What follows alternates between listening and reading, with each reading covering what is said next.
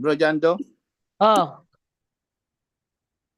Yung kanina, idagdag natin yung si Brad Axel yata nagtatanong, no? Yung para mayroon tayong basihan, wala akong binigay na Bible verse kanina. Yung tagapangasiwa dati na may mga asawa. Unang Timoteo nga, bro, chapter 3, verse 2 to 3. ano yan? Unang Timoteo, chapter 3, verse 2 to 3. Kaya nga, sabi dito, ang isang tagapangasiwa ay kailangan ng kapintasan. Isa lamang ang asawa. Matino ang pag-iisip, marunong magpigil sa sarili, kagalang-galang, bukas ang tahanan sa iba, at may kakayahang magturo. Dapat hindi siya lasenggo, hindi marahas kundi mahinahon, hindi mahilig makipag-away at hindi maibigin sa salapi. Yes, so iano mo rin dun sa 12 din, no? Anong Talagang 12? may asawa sa diretso lang, 3:12, chapter 3, Verse verse 12. 12? Ang mga tagapaglingkod sa iglesia ay dapat isa lamang ang asawa at maayos mga siwa sa kanilang mga anak at sambayan. Yes, so later on ito, no, dito sa libro ko ng Catholic Souls, no, ito yung apologetic books.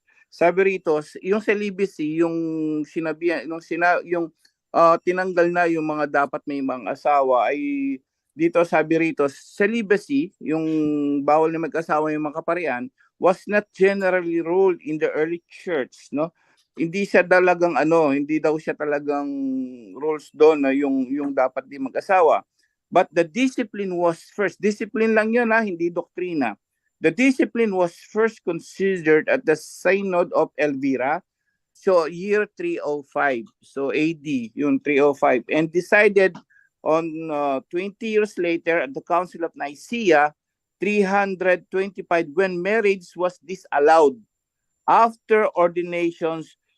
Though married men could still enter priesthood, no, during that time. Pero ayan, for a time the rule was observed only in the east until the Synod of Sutri 1074. So yun yung doon, kapatid, may mga talaga, yung mga kaparian natin nung una, meron talagang mga asawa yan at year 300 year 325, doon lang po nagkaroon ng celibacy na bawal mag-asawa. Yun po, konkretong sagot. Salamat po.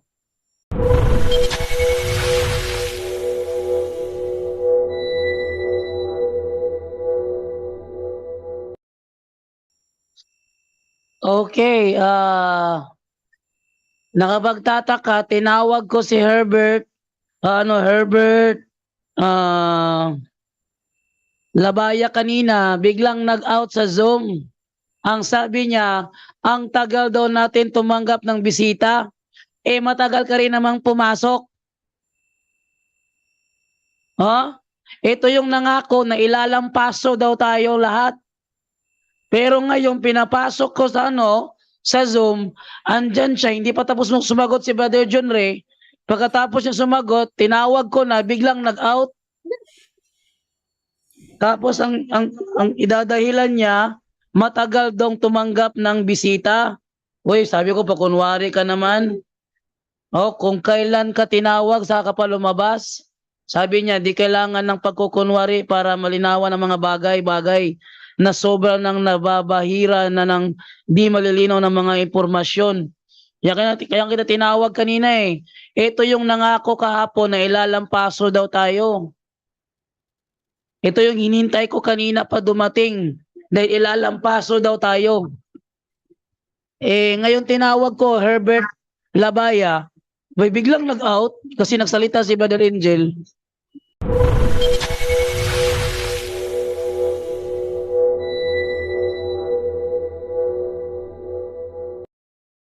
Good evening po sa inyong lahat.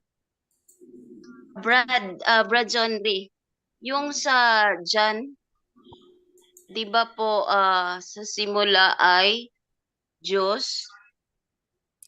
Maganda, klaruhin mo anong simula ay Diyos. Yung sa John po, Brad, sa ano na ba yun? Sa John 1:1, sa simula ay from the beginning was the Word, and the Word was with God, and the Word was God. Ayun pa po ba, Brad, is literal? Yes. Okay, Oo. yes. Titingnan natin at babasahin natin yung sinasabi na John 1:1.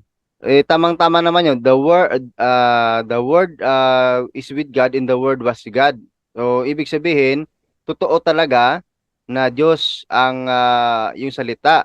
Ang hindi kasi matanggap-tanggap ng mga kaibayo natin sa pananampalataya na ang salitang iyan ay hindi daw refer sa Diyos dahil merong paniniwala na si Kristo ay hindi Diyos. Yung John 1:1 ay kumbaga inilalabas nila sa konteksto ng Biblia na kung saan ang konteksto na yan ay dapat paniwalaan natin. Dahil yan ay nasusulat talaga at yan ay totoo talaga na ang salitang dyan na sinasabi yan na Diyos na yan ay walang iba kundi ang ating Panginoong Hesukristo.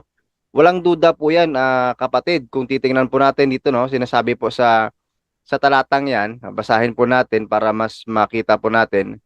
Ayun po dito, nang pasimula ay naroon na ang salita ay kasama ng Diyos at ang salita ay Diyos. Yun po, nababasa po natin na totoo talaga na the word was God, no? Ang salita talaga ay Diyos. At dahil sa salitang ito, kung babasahin pa natin yung kanyang karugtong dito sa versikulo 2 hanggang sa 3, so basahin po natin. Ito yung sinasabi dito.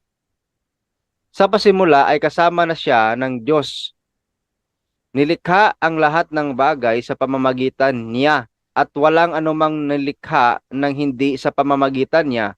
Yan. So, tamang-tama po kasi ito po ay pinapatunayan din kung babasahin natin yung Book of Genesis. In Genesis chapter 1, verse 26, ito po ang ating mababasa naman dito, kapatid. Ito po sinasabi dito. Pagkatapos, sinabi ng Diyos, ngayon, likhain natin. So, Opo. yes, plural po. Alam po natin sa pag-aaral po natin kung ano yung pagkakaiba ng plural at singular. Pag sinabing singular, sana sinabi ng Diyos, at sa ngayon ay lilikhain ko ang tao na kalarawan ko. Yan. Dapat ganoon yung pagkakasabi. Pero, likhain natin. Sino dito ang natin? Sino dito ang co-creator? Babalikan natin yung chapter 1 verse 1. Yun po ang ating Panginoong Hesukristo. Opo. Katunayan niya, Brother Romel, pakibasa mo sa The Living Bible. John 1:1, The Living Bible? Yes, The Living Bible, John 1:1. Makibasa mo. Okay. Ito yung sinasabi ng The Living Bible. Before everything else existed, there was Christ with God. O si Ayun. Kristo talaga. Si Kristo nga. Ate Maria. Yun nga, bakit ang hirap paniwalaan nila, no? Ay, nagmamatigas lang yun, Ate Maria. Yan ang sabi ni San Pablo, sister, na hindi ka makakapagsabi ng Kristo ay Panginoon kung hindi ka inudyukan ng Espiritu Santo. Ibig sabihin, wala silang Espiritu Santo, sister. Okay na ba, Ate Maria? Okay po. Nakalimutan ko na yung isa. May nabasa po kasi ako, yung di ba si Eli ay pari din yon? Si Eli ay Si Eli, Pari yun, tapos sa 2 Oo. Samuel. may mga anak din siya, tapos naisip ko nga kung bakit ang mga pari walang asawa, baka yun din yung dahilan bakit binawalan ang mga pari mag-asawa, dahil di pa po si Eli ay may mga anak, tapos pinarusahan nga yun siya dahil yung mga anak niya ay yung mga yung halad, Yung mga alay para alay sa Panginoon. kinukuha nilang mga anak niya. Oo.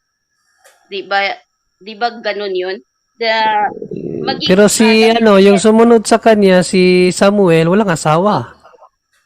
Si Samuel, Di ba, hindi naman nag-asawa si Samuel? Yun ang sumunod, yun ang pumalit sa kanya eh. oo. Kasi si Eli, dahil sa mga anak niya, parang hindi niya magampanan yung kanyang pagiging pagkapare. Mm. Oh, Oo, kaya hindi. kaya hindi na siya kinakausap ng Diyos, doon na si Samuel na. Pero biblically, sister, ang pari talaga ay pinili talaga yan ng Diyos. Oo. Pinili talaga ng Diyos ang pari na na hindi mag-asawa. Yun talaga ang pinaka ng Diyos, 'di ba? Sabi nga ni San Pablo, gayahin niyo ako tulad ni Kristo. O basahin natin dito sa unang Korinto 11:1. So sabi ni San Pablo, tularan ninyo ako gaya ng pagtulad ko kay Kristo. Tanong, ang si Pablo may asawa wala? Wala. Ang Panginoong Jesucristo may asawa wala? Wala. Oh, di wala, mas maiging hindi mag-asawa. Kaya nga sabi niya, di ba sa Matthew 19, sabi niya na babasahin nga natin yung Matthew 19 para hindi natin maano yung sinabi dito. 19:11. 11 ba yun? 12. Mukhang Ah. 12. 11 na lang. Umpisa natin sa 11. Ano sabi dito? Sumagot si Jesus, hindi lahat at kayang tumanggap ng aral na ito kundi sila ng pinagkalooban ng Diyos. Sapagkat may iba't ibang dahilan kung bakit may mga lalaking hindi makapag-asawa. Ang ilan ay dahil sa kanilang katutubong kalagayan. Ibig sabihin, siguro may diferensya, ganun. Ang iba na may naging ganoon dahil sa kagagawan ng ibang tao. Ibig sabihin, aksidental. Mayroon namang hindi nag-aasawa alang-alang sa kaharian ng langit. Dapat itong gawin ng taong nakakaunawa sa katuruang ito. So may mga tao talaga na biniyayaan na mas piliing hindi mag-asawa para pagsilbihan ng Diyos. At di ba, malinaw naman ang sagot ni Bro Angel kanina, inimplimar yan ng simbahan around 3rd century, no? Na na talaga, para bang dinisiplina ng simbahan ang mga, kung gusto mo talagang magsilbi sa Diyos, may disiplina na wag kang mag-asawa dahil kung mag-aasawa ka, hindi ka naman pipigilan ng simbahan eh. No, na, Okay. bro, Saang talata ngayon sinabi ni Apostol Pablo na mas mabuti yung walang asawa? nasa, anong talata Sabi ba niya yun? na ang nag-asawa ay gumagawa ng mabuti. Pero yung Sa Roma? hatol na huwag mag-asawa ay Roma gumagawa City 1:3 yata yun? mabuti. Roma City 1:3 yata yun? Tama ba? Yung gumagawa ng mas mabuti. Ano Roma yan ba? City 1:3 ba yun, Bro Angel? Unang Korinto, bro. Unang Korinto Chapter 7. 7. Okay, tingnan natin. Ng Korinto 7 pala yun. Ng Korinto 7. Gumagawa ng ano ba? Mas mabuti. Otso. Otso. City Otso? 32, bro. 32, 32. 7:32? 7. Sige. Basahin natin dito. 33. Oh. Ito sinabi. Nais kong mailayo kayo sa mga alalahanin sa buhay. So, yung palang mag-aasawa ay pala yun, nagbigay alalahanin lang. Ang pinagkakaabalahan ng lalaking walang asawa ay ang gawaing ukol sa Panginoon. Yan, napakalinaw dito. Kung paano niya mabigyan ng kaluguran ang Panginoon. 33. Ngunit ang pinagkakaabalahan ng lalaki may asawa ay ang mga bagay na sanglibutang ito kung paano niya mabigyang kaluguran ang kaniyang asawa. Ba't pa kasi tayo nag-asawa, Bujando? Okay, so, yun na, dire-diretso yun. Yung ano ba, yung mas mabuti, yung hindi nag-asawa, may talata yun sa unang Korinto na okay mag-asawa, pero yung hindi nag-asawa is gumagawa ng mas mabuti. Kung sa Bisaya pa yon, mas maayo pa. Pwede siguro basahin mo, bro, from 25. Ha? 34? From verse 25. 7:25 kaya. 7:25? Sige. From 7:25, ito naman ang mating mababasa. Tungkol naman sa mga taong walang asawa, wala akong maibibigay na utos mula sa Panginoon. So walang utos galing sa Panginoon ang mga walang asawa. Ngunit magbibigay ako ng aking opinion bilang isang taong mapagkatiwalaan, sapagkat kinahabagan ako ng Panginoon. So yung mga walang asawa, kinahabagan yun ng Panginoon, no? Like Saint Paul. Dahil sa matinding kahirapan sa kasalukuyan, inaakala kong mabuti pa sa isang tao ang manatili sa kanyang kalagayan. Ibig sabihin, walang asawa. Ay, 738. Ikaw ba'y isang lalaking may asawa na? Huwag kang makipaghiwalay. Wala pa bang asawa? Huwag mo nang hangaring magkaasawa. Oh. 738. 738. Sige, basahin din siya 38. Natuwa ako dun sa nabasa ko eh. Kaya nga, mabuti ang magpasiyang pakasalan ang kanyang kasintahan. Ngunit mas mabuti ang hindi mag-asawa. Mas mabuti. Well, ang isa kasi sa talaga, kung di ba, ang ano talaga ng Panginoong Jesucristo diyan yung sundin siya, di ba? Sumunod kayo sa akin, sabi ng Panginoong Jesucristo. Isa kasi sa batas ng Panginoong Jesucristo kasi yung ayon dito sa Lucas Bro, ito yung 14:20. maganda bro. Tingnan nyo yung sabi ni Apostol Pablo. Sa 14:26 mo na, Bro Angel, saglit lang. Basahin natin ito dito sa Lucas, sabi ng Panginoong Jesucristo, hindi maaaring maging alagad ko ang sinumang umiibig sa kanyang ama, ina, asawa, at mga anak, mga kapatid, at maging sarili niyang buhay ng higit pa sa akin. Yan. So kung ikaw talaga, mas gusto mo ang Panginoon, mas maiging huwag ka na lang mag-asawa. Kasi, yun kasi ang isa sa requirements ng Diyos kung nais mo talagang magsilbi sa Kanya. Kaya nga si San Pedro, kahit na may asawa, sabi ni San Pedro, no, dito sa 18, kahit may asawa si San Pedro, iniwanan niya. Sabi ni San Pedro. Nagsalita naman si Pedro, tingnan po ninyo, iniwan na po namin ang aming tahanan at sumunod sa inyo. Anong tugon ng ating Panginoong Jesucristo doon? Sinabi sa kanila ni Jesus, tandaan ninyo, kapag iniwan ninyo man ang kanyang tahanan, asawa, mga kapatid, mga magulang o mga anak, alang-alang sa kaharian ng Diyos, tatanggap siya ng higit pa sa buhay na ito at sa panahong darating, tatanggap pa siya ng buhay na walang hanggan.